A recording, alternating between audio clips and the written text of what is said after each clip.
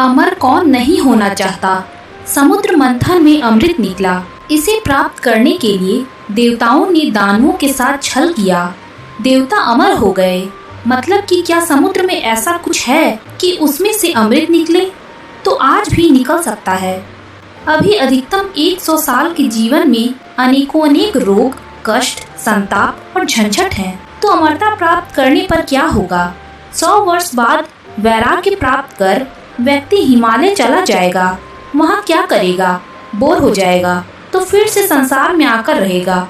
बस यही सिलसिला चलता रहेगा। महाभारत में 7 चिरंजीवियों का उल्लेख मिलता है। चिरंजीवी का मतलब अमर व्यक्ति। अमर का अर्थ जो कभी मर नहीं सकते। ये 7 चिरंजीवी हैं राजा बलि, परशुराम, विभीषण, हनुमान जी, वेद व्यास, अश्वत्थामा और कृपाचार्य। हालांकि कुछ विद्वान मानते हैं कि मार्कंडेय ऋषि भी चिरंजीवी हैं। माना जाता है कि ये 7 पिछले कई हजार वर्षों से इस धरती पर रह रहे हैं। लेकिन क्या धरती पर रहकर इतने हजारों वर्ष तक जीवित रहना संभव है? हालांकि कई ऐसे ऋषि मुनि थे जो धरती के बाहर जाकर फिर लौट आते थे और इस तरह वे अपनी उम्र को बढ़ाते रहते थे। हालांकि हिमालय में रहने से भी उम्र बढ़ने की संभावना बढ़ जाती है। हिंदू धर्मशास्त्रों में ऐसी कई कथाएं हैं जिसमें लिखा है कि अमरता प्राप्त करने के लिए दैत्य या साधु ने घोर तप करके शिव जी को प्रसन्न कर लिया। बाद में उसे मारने के लिए भगवान के भी पसीने छूट गए। अमर होने के लिए कई ऐसे मंत्र हैं जिनके जपने से शरीर हमेशा युवा बना रहता है। महामृत्युंजय मंत्र के बारे में कहा जाता है कि इसके माध्यम से अमरता पाई जा सकती है।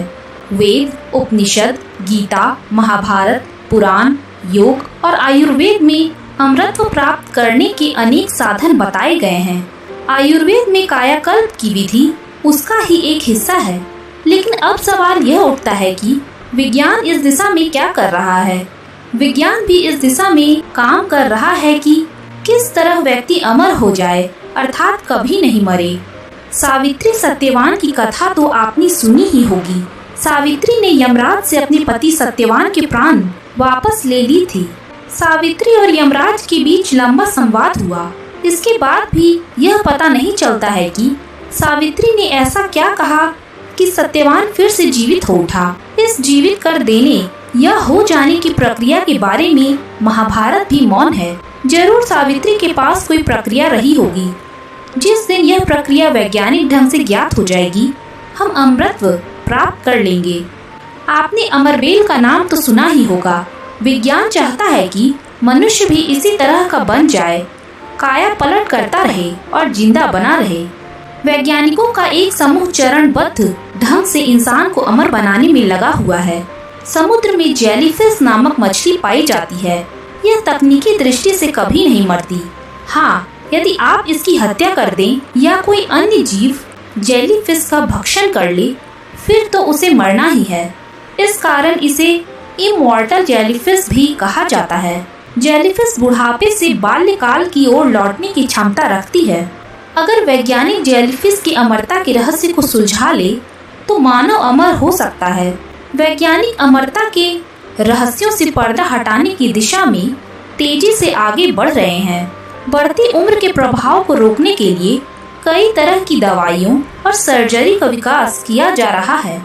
अब इसमें योग और आयुर्वेद को भी महत्व दिया जाने लगा है। बढ़ती उम्र के प्रभाव को रोकने के बारे में आयोजित एक व्यापक सर्वे में पाया गया है कि उम्र बढ़ाने वाली गोली को बनाना संभव है। रूस के साइबेरिया के जंगलों में एक औषधि पाई जाती है जिसे जिनसिंग कहते हैं। चीन के लोग इसका ज्यादा इस्तेमाल करके देर तक युवा बने रहते हैं। जर्नल नेचर में प्रकाशित puzzle promise and cure of ageing नामक रिव्यू में कहा गया है कि आने वाले दशकों में इंसान का जीवन काल बढ़ा पाना लगभग संभव हो पाएगा।